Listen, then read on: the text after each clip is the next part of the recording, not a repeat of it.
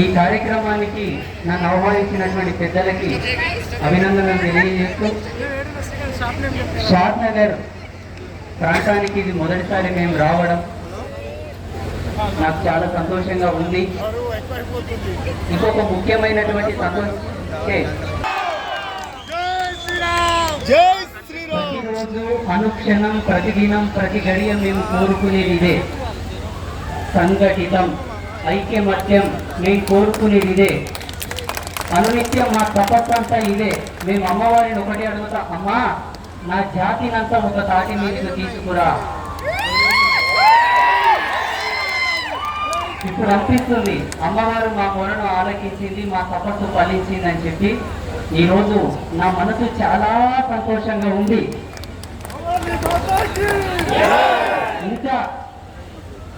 ఇంకా నా బిడ్డల గురించి, నా వీరుల గురించి, నా హిందూ బంధువుల గురించి ఇంకా తపస్సు చేయాలనే ఒక సంకల్పం ఇంకా పెరుగుతూ ఉంది నా మనసులో ఈరోజు. అలాగే ప్రపంచంలో ఏం జరుగుతుందో మనకందరికీ ప్రస్తుత వర్తమానంలో అందరికి అవగతమే. మాలాంటి పెద్దలు ఏదైనా చెప్తే వేరే వాళ్ళు అంటారో లేదో తెలియదు, కానీ మన వాళ్ళే, మన ధర్మంలో ఉన్న వాళ్ళే కొన్ని విషయాలు అన్నారు గతంలో. ఒక 2 సంవత్సరాల కింద 3 సంవత్సరాల కింద ఎందుకు లేదు స్వామి మనకు అనవసరం, ఇవల్ల మనం మాట్లాడకూడదు అన్నారు కొంతమంది పెద్దలు. ప్రకృతి విన్నది ప్రకృతికి ఇప్పుడు యాతరకు వచ్చిపోయి అసలైన సత్యం ఏమిటి ఇప్పుడు చూడండిరా అని చెప్పి కళ్ళ కట్టినట్టు చూపిస్తుంది. ఇప్పుడు ఎవరు ఎవరి మీద దాడి చేస్తున్నారు, ఎవరు ఎవరి మీద బాంబులు వేసుకుంటున్నారో ప్రతి ఒక్కరికి తెలుసా లేదా? చూస్తున్నారే లేదా? వాళ్ళకు వాళ్ళే దేనికి సంబంధం లేని స్థితిలో వాళ్ళు అగమ్య గోచరంగా ఉన్నారు. ప్రస్తుతం ప్రపంచం అంతా అలాగే ఉన్నది. మనకు ఎలా ఇదొక కుట్ర, పట్టపగలే మనకు చుక్కను చూపించేటటువంటి కుట్ర. చూడండి, ఈనాటి ఈ శోభయాత్ర వేదిక మూలకంగా మీరు సామాన్యమైనటువంటి మానవ స్థితి ధర్మంలో మీరు ఉన్నారు, మేము సంపూర్ణ ఆధ్యాత్మిక విజ్ఞాన ధర్మంలో ఉన్నాం. ఒకటే మాట, హిందూ అనేవాడు ఏ మతానికి వ్యతిరేకి కాడు. హిందూ అనేవాడు ఏ మతానికి ఎందుకంటే మన వేదంలోనే ఉన్నది, జీవో జీవస్య జీవనం సర్వే జనః సుఖినో భవంతు అని మన ఋషులు లక్షల సంవత్సరాల నుంచి మన డిఎన్ఏలో మనకి ఎక్కించారు. మనకెవరం శత్రువు, మనం ఎవరికి శత్రువులం కాదు. ఇంకొక ముఖ్యమైన విషయం ఏంటంటే మనం ఎప్పుడు కూడా ముస్లింస్కి వ్యతిరేకం కాదు, క్రైస్తవులకు వ్యతిరేకం కాదు. ఈ జాతిలో పుట్టి, ఈ ధర్మంలో పుట్టి మానవుని యొక్క సమానమైనటువంటి సమరసత భావం ఎరగకపోతే మా కాషాయ వర్ణములకు, మా నొదిలి మీద ఉన్న తిలకానికి విలువ ఉండదు. మేము ఎవరికి వ్యతిరేకం అంటే దేశ ద్రోహులకు, భరతమాతకే కన్నం పెట్టాలని చూసే వాళ్ళకి మేము వ్యతిరేకులం. ఈ దేశాన్ని ప్రేమించే వాళ్ళని మేము ప్రేమిస్తాం, ఈ దేశాన్ని గౌరవించే వాళ్ళని మేము గౌరవిస్తాం, మమ్మల్ని గౌరవించే వాళ్ళని మేము గౌరవిస్తాం తప్ప ఈ దేశానికి ఎవరైతే వ్యతిరేకంగా నినాదాలు చేస్తారో, ఈ దేశపు రాజ్యాంగాన్ని ఎవరైతే గౌరవించారో వాళ్లకు మేము వ్యతిరేకిస్తాం, వాళ్ళని మేము ఎప్పుడైనా ఖండిస్తాం. ఇది మా యొక్క నినాదం. ఇంకొక ముఖ్యమైన విషయం ప్రతి ఒక్కరు గౌరవించాలి. ఏమిటంటే భారత రాజ్యాంగం మనకు కొన్ని హక్కులను కల్పించింది. ఏమిటి? అందరినీ గౌరవించమని చెప్పింది, అందరినీ ప్రేమించమని చెప్పింది. దాంతో పాటు ఇంకొక విషయం కూడా చెప్పింది, ఎవరైతే నీకు వ్యతిరేకంగా నడుచుకుంటారో అదే పద్ధతిలో నువ్వే నడుచుకోని చెప్పి కూడా మనకు హక్కు కల్పించింది. ఇది ఎవరు మనకు చెప్పరు. రాజ్యాంగంలో పొందుపరిచినటువంటి సత్యం ఏమిటంటే నీతో ఎవరు ఎలా మెలుగుతారో నువ్వు కూడా అలాగే మెలుగు. ఇది మనమందరం పాటించాలి. కానీ మన పెద్దలు ఏం చెప్పారంటే ఒక చెంప కొడితే ఇంకొక చెంప చూపించమన్నారు. ఎందుకు చూపెట్టాలి? దేనికి చూపెట్టాలి? చూపెట్టడానికి ఏం అవసరం ఉంది? మనకేమైనా చేత కాదా? మనకేమైనా బలం లేదా? మనకేమైనా పౌరుషం లేదా? హిందూ అనేవాని లోపల పౌరుషం చూడాలంటే ఛత్రపతి శివాజీ మహారాజ్ చరిత్ర శివాజీ మహారాజ్ చరిత్ర ఈ వర్తమానంలో నచ్చింది, ఈ మధ్య కాలంలో నచ్చింది అనుకుంటే ఇంకాస్త ముందుకు వెళ్ళి పరశురాముడి యొక్క చరిత్రను చదవమని చెప్పారు. ఒకవేళ పరశురాముడు ఒక యుగానికి పరిమితమైన వాడు సత్యయుగానికి అనుకుంటే ప్రళయకాల రుద్రుడి గురించి చదవమని చెప్పు. అటువంటి జాతి, అటువంటి ధర్మం, అటువంటి రక్తం మనది. మనం ఎందుకు ఇంకొక చేపకు పెట్టాలి? వాడు కొడితే ఎందుకు కొడిపించుకోవాలి మనం? కానీ నేను ఒక సూక్తి చెప్తాను, బాగా గుర్తు పెట్టుకోండి. వాడు మట్టితో కొడితే మనం కాలిన ఇటుకతో కొట్టాలి. వాడు కాలిన ఇటుకతో కొడితే మనం రాయితో కొట్టాలి. వాడు రాయితో కొడితే మన ఇనుప గోడంతో కొట్టాలి. ఇది మన ధర్మం. ఏంటో పెద్ద రాజనీతిలో ఒక మాట చెప్పారు, రాజధర్మంలో ఒక మాట చెప్పారు.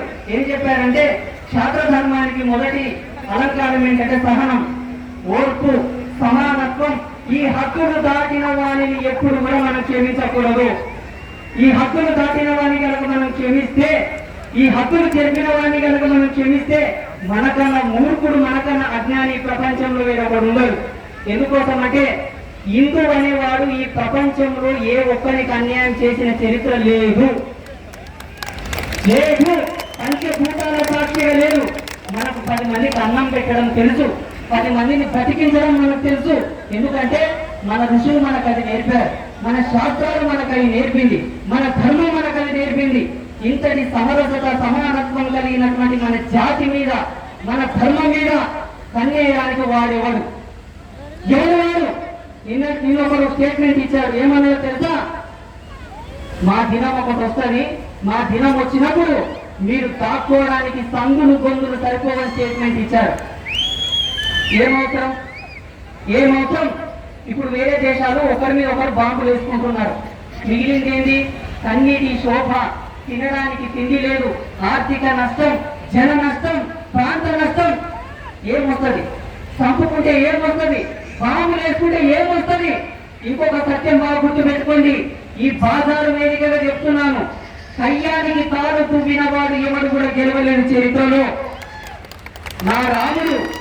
నా రాముడు సీతను అపహరించిన తర్వాత కూడా రావణాసురుడికి అవకాశం ఇచ్చాడు. యుద్ధం వద్దు, నా సీతను నాకు అప్పగించి చల్లగా జీవించమని చెప్పాడు. కానీ రావణుడు ఒప్పుకోలేదు, యుద్ధమే చేస్తానన్నాడు. ఎవరు ఓడిపోయాడు? ఎవరు బదలమయ్యాడు? ఇదే ధర్మం ద్వాపర యుగంలో కూడా జరిగింది. సంధి కోసం ధర్మరాజు పంపించాడు కృష్ణ పరమాత్మని. కృష్ణ పరమాత్మ ఒకటే మాట చెప్పాడు, యుద్ధం వద్దు, సంధి కుదుర్చుకుందాం, యుద్ధం వద్దు అని చెప్పాడు. కానీ మూర్ఖులు వినరు కదా. వినాశకాలే విపరీత బుద్ధి. దుర్యోధనుడు వినలేదు, యుద్ధమే చేస్తానన్నాడు. ఎవరు నాశనం అయిపోయాయి? ఎవరు సర్వనాశనం అయిపోయాయి? ఈనాడు మా జాతి మీద, మా ధర్మం మీద కన్నేసిన మీరు కూడా సర్వనాశనం అయిపోతారు. ఎందుకోసమంటే నా ధర్మవీరులు, నా వారసులు ఎప్పుడు కూడా యుద్ధం చేయమని చెప్పరు, ఒకరి జీవితం నాశనం చేయమని చెప్పరు, ఒకరి కడుపు మీద మన్ను వేయమని చెప్పరు. ఎంతవరకు బతికినా హిందూ అనేవాడు సమరసత భావం, ఐక్యమత్యం ఇప్పటికీ నౌ స్టిల్. ఇంతకు ముందుకు వస్తుంటే ఒక ఆయన, ఒక పెద్ద మనిషి నాకు ఫోన్ చేశాడు. ఒక ప్రదేశంలో ఛత్రపతి శివాజీ మహారాజు విగ్రహం పెట్టే ప్రదేశంలో కొంత ఘర్షణలు జరిగాయి. వాళ్ళు నన్ను సంప్రదించారు. ఏమంటున్నారో తెలుసా? స్వామీజీ పర్వాలేదు, మనమే కొంచెం వెనక్కి తగ్గుదాం. చూడండి, ఈ దేశంలో, మన దేశంలో, మన ధర్మంలో, మన భూమి మీద మన వాళ్ళు మనల్నే వెనక్కి తగ్గడం అని చెప్పేటటువంటి ఉదాత్తమైనటువంటి స్వభావం కలిగిన వాళ్ళైన హిందువులు, అంతటి గొప్ప మనసున్న వాళ్ళు, ఇటువంటి వాళ్ళ మీద నీకు ప్రతాపం. ఒక్కసారి బాగా గుర్తు పెట్టుకోండి, ఇప్పటికి మించింది లేదు. మీరు సాధించాలనుకుంటే మంచి ఉద్యోగాలు సాధించండి, కష్టపడి డబ్బులు సంపాదించండి, గౌరవపడండి, మంచి కోట్లు సంపాదించండి, ప్రజలకు సేవ చేయండి, 10 మందికి అన్నం పెట్టండి, ఉచితంగా విద్య చెప్పండి, ఉచితంగా వైద్యం చేయించండి. ఇవి మీరు చేయాలనుకుంటే ఇంకొక ముఖ్యమైన విషయం, కాఫీర్ అనే పదం మీరు వాడారు. కాఫీర్ అనే పదం మీరు వాడారు. అది మీ ధర్మంలో రాసి ఉందంట. నేనైతే చదవలేదు, నాకైతే తెలియదు. కానీ నా చతుర్వేదాలలో 64 లక్షల మంత్రశాస్త్రాలలో ఎక్కకు మించినటువంటి ధర్మశాస్త్రాలలో ఎక్కడ కూడా ఒకరిని చంపమని, హింసించమని, కించపరచమని, మన ధర్మాన్ని నమ్మనంత మాత్రాన వారిని నాశనం చేయమని ఎక్కడ రాయలేదు. మరి ఎందుకు మీకు ఇదంతా ఒకటే. ఏమిటంటే చెడపకురా చెడదవన్నారు పెద్దలు. చెడపకు చెడదవన్నారు పెద్దలు. మీరేం గొప్పగా చేయట్లేదు. మీ గోతి మీరే తవ్వుకుంటున్నారు. జాగ్రత్త, మీ గోతి మీరే తవ్వుకుంటున్నారు. ఆ కాలంలో కంప్యూటర్ లేని కాలంలో మా పెద్దలు బాధపడ్డారు. మా పెద్దల్ని హింసించారు. మా పెద్దల్ని బాధ పెట్టారు. కఠినాతి కఠినంగా వాళ్ళని నరక యాతన చూపించారు. ఇప్పుడు ఆ దినం లేదు. ఇది టెక్నాలజీ జనరేషన్. ఇది కంప్యూటర్ కాలం. ఏ సందులో ఏం జరిగిందో ఒక సెకండ్ లో ప్రపంచం అంతా చూస్తుంది. ఇప్పుడు మీ పప్పులు ఉడకవు. ఇప్పుడు మీ పప్పులు ఉడకవు. ఇప్పటికైనా కలిసిమెలిసి జీవిద్దాం. అందరం దేశాన్ని గౌరవిద్దాం. అందరం భరతమాత బిడ్డలమే. ఎప్పటి వరకు మేము బాధ్యతగా చెప్తాం. ఎక్కడ పోయినా చెప్తాం. ప్రపంచ నలుమూలలు ఎక్కడున్నా చెప్తాం. భారత్ మాతాకి మేము భరతమాతకు చేయగొడతాం. మీరు కొడతారా? మీ మనసాక్షి మీద మీరు చేసుకొని చెప్పండి. మీరు భరతమాతకు చేయగొడతారా? ఎందుకు కొట్టరు? భరతమాతకు ఎందుకు కొట్టరు? నేను భారత రాజ్యాంగాన్ని సవినయంగా మనస్ఫూర్తి ఒకటే కోరుకుంటున్నారు. ఏమిటో తెలుసా?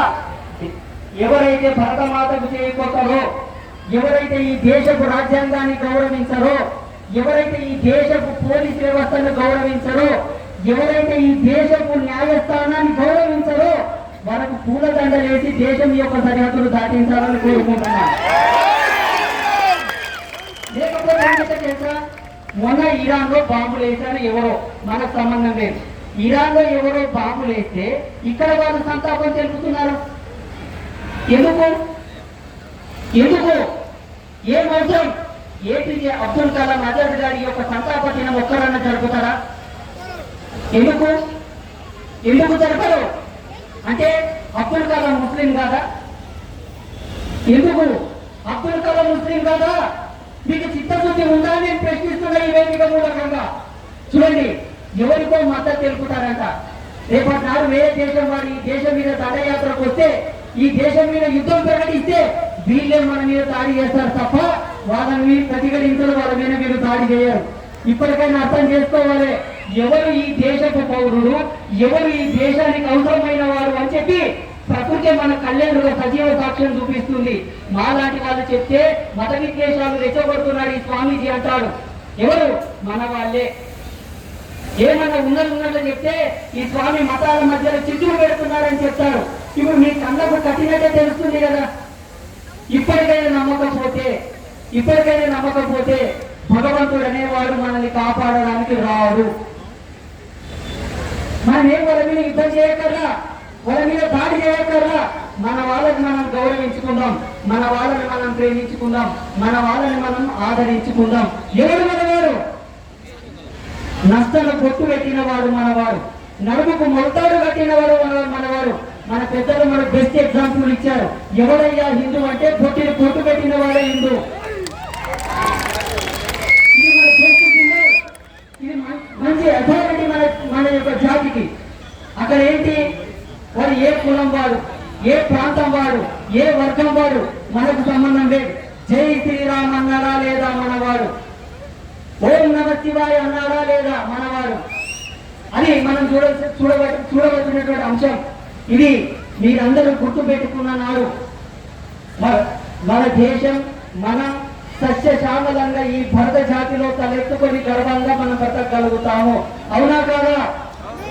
అవునా కాదా? నిన్ననే ఒక వర్తమానం అందింది. భారతదేశం ఇప్పటికీ చాలా సుభిక్షంగా సస్యశ్యామలంగా ఉన్నది. కారణం ఏమిటంటే నాయకత్వాన్ని సస్యశ్యామలంగా సరైన దిశలో నడిపించేటటువంటి నాయకులు ఉన్నారు కాబట్టి. ప్రపంచం అంతా అల్లకల్లోలం అయిపోతుంది. ప్రపంచం అంతా తలకిందులు అయిపోతుంది. కానీ భారతదేశంలో మంచిగా హోలీ పండుగ జరుపుకున్నాం. ఇప్పుడు శ్రీరామనవమి వేడుకలు కూడా జరుపుకుంటున్నాం. ఇది కదా మన గర్వకారణం అంటే, ఇది కదా మన గొప్పతనం అంటే. ఇదే వేదిక ఇంకొక మాట చెప్తున్నాను చూడండి. పరాశ్రీ స్వామి హిందుత్వానికి కట్టుబానిస. పరాశ్రీ స్వామి హిందుత్వానికి కట్టుబానిస, కట్టర్బానిస అంటే తప్ప. పరాశ్రీ స్వామి ఒక రాజకీయ నాయకులకు తొత్తు కాదు, ఏ పార్టీలకు తొత్తు కాదు, ఏ పార్టీకి సంబంధించిన వాడు, ఏ కులానికి సంబంధించిన వాడు, ఏ పార్టీకి సంబంధించిన వాడు కాదు.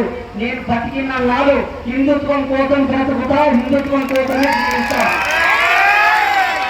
నేను మీరు కూడా అదే ధర్మాన్ని అనుసరించి బ్రతకాలి.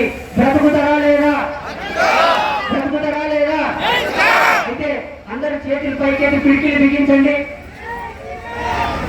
నేను చెప్పిన మాట చెప్పాలి. ఈరోజు 2026వ సంవత్సరం శ్రీరామనవమి వేడుకగా ఈ వేదిక మీదగా నేను మీ అందరితో ఒక ప్రతిజ్ఞ చేస్తున్నాను. ఏమిటంటే మేమందరం దర్గాలకి మొత్తము, మేము దర్గాలకి మొత్తము, మేము పీర్ల పండగకి పోము. మాకు పీర్ల పండగకు దర్గాలకి ఏం సంబంధం లేదు. ఈరోజు ఒక ఆత్మ కన్యాత యోగంలో ఉండేటటువంటి ఈ బాల బ్రహ్మచారికి మీరందరూ మాటిచ్చారు. ఖబర్దార్, ఎవరన్నా తుర్క దేవుల దగ్గరకు పోయారనుకోండి,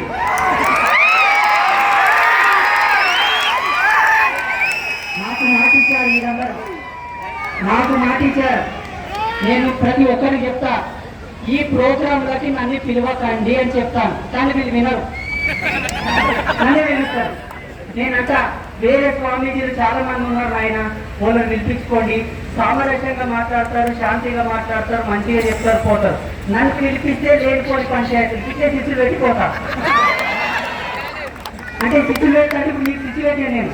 ఎందుకంటే ఎన్నో తరాల నుంచి మీ పెద్దలు పూజలు చేసింటారు వేరే దేవుళ్ళకి. మరి సడన్ గా నేను వచ్చి మీతో ప్రతిజ్ఞ చేస్తారు, మీరు డైలామాలో పడిపోతారు. అవునా? అవునా? అయితే ఒక విషయం చెప్తాను, బాగా గుర్తుపెట్టుకోండి. ఏమిటో తెలుసా? హిందుత్వం ఈ ప్రపంచానికి ఏమి ఇచ్చిలేదో ఎవరన్నా దమ్మున్నవాడు ఎవరన్నా చెప్పండి, నాకు చెప్పండి. హిందుత్వం నీకు ఏమి ఇచ్చిలేదు, ఏమి తక్కువైందని వేరే దేవుళ్ళని నీవు పూజ చేస్తున్నావు నాకు చెప్పండి, చూస్తా. అప్పుడు నేను మాట్లాడతాను, మీకు ఇచ్చిన ప్రతిజ్ఞ నేను రివర్స్ తీసుకుంటాను. చూడండి, వాళ్ళ దేవుళ్ళని వాళ్ళు పూజ చేసుకోకో, వాళ్ళ దేవుళ్ళకు వాళ్ళు ఏమైనా చేసుకోకో, కందులు చేసుకోక, ఏమైనా చేసుకోకో. తుర్కోల దేవుళ్ళని పూజ చేసుకోకో, క్రైస్తవుల దేవుళ్ళని పూజ చేసుకోకో. కానీ హిందువు అనేవాడు నష్టాన్ని బొట్టు పెట్టిన వాడు, నష్టాన్ని బొట్టు పెట్టిన దేవుణ్ణే పూజ చేయాలి.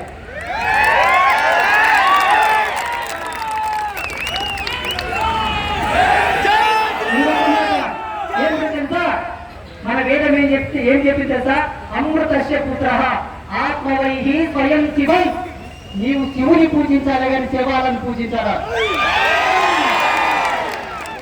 ఇంకొక మాట కూడా చెప్పింది మన వేదం, నీవు స్వయం శివుడు అని కూడా చెప్పింది. నీవే శివుడు అయినప్పుడు శివుడు అని శివుని దగ్గర పడతారా? ఇది ఇక్కడ కాలింది నాకు, ఇంకొక తోడు కూడా కాలింది. ఏంటో తెలుసా? ఒక మానవుని యొక్క జీవితం 100 సంవత్సరాలు. 100 సంవత్సరాలు కూడా 100 సంవత్సరాలు రీసెర్చ్ చేసినా కూడా అయిపోయింది మన శాస్త్రాలని. కేవలం 14 సంవత్సరాలు రీసెర్చ్ చేశాను. నేను రీసెర్చ్ చేసినటువంటి స్పిరిచువల్ సైన్స్ ప్రకారంగా ఎక్కడ కూడా దర్గాలు లేవు, ఎక్కడ కూడా పీల బంధ లేదు, ఎక్కడ కూడా చర్చీలు లేవు. మరి ఎక్కడి నుంచి వచ్చింది మీకు ఈ పంచాయతీ? పోనీ నీకు ఏం తక్కువైంది? ఒకవేళ మీకు దేవుళ్ళతో బోరు కొడితే మాలాంటి యతులు, యోగులు, సాధువులు ఎందరో ఉన్నారు. ఒకవేళ మీకు దేవుళ్ళతో కూడా బోరు కొడితే ఎందరో దేవతా శక్తి గణాలు ఉన్నాయి.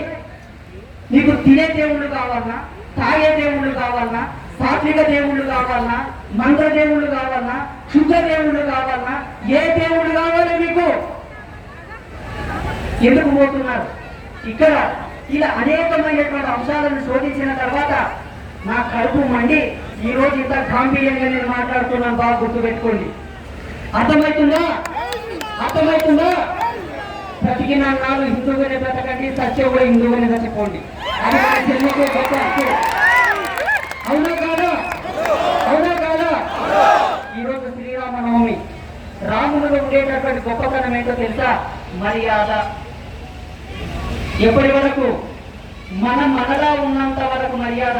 మన హక్కులను చేసేంత వరకు రాముడు ప్రసన్నత పెట్టాడు. అవునా కాదా? అవునా కాదా? ఈనాడు రాముని శోభయాత్ర మనం చేస్తున్నాం కాబట్టి మన హక్కులో మనం ఉందాం. హక్కులు దాటే పరిస్థితులను మనం అందరం కూడా ధనసు పట్టాలి. పట్టాలా వద్దా? పట్టాలా వద్దా? గట్టిగా చెప్పాలి. ఇంకొంచెం సౌండ్ పెంచండి. ఎందుకోసమంటే ఈ రోజు పిలిచిండ్రు, వచ్చే సంవత్సరం పిలుస్తారో పిలవరో గ్యారెంటీ లేదు. ఎందుకోసం అంటే ఇప్పుడు అర్థమైనలోకి గారు స్వామిని వినిపించినందుకు ఏమి జరిగిందో అర్థమైపోయింది కాబట్టి ఇంకా గట్టిగా చెప్పాలి భారత్ మాతాకి. అందరికీ శుభాశీస్సులు. మనస్ఫూర్తిగా ఒక ఆజన్మాంత బ్రహ్మచారిగా ఒక సన్యాసిగా మీరందరూ అష్ట ఐశ్వర్యాలతో భోగభాగ్యాలతో చల్లగా వర్ధిల్లాలని ఆశీర్వాదాలు చేస్తూ మీ అందరికీ శుభాశీస్సులు. శుభం భవతు.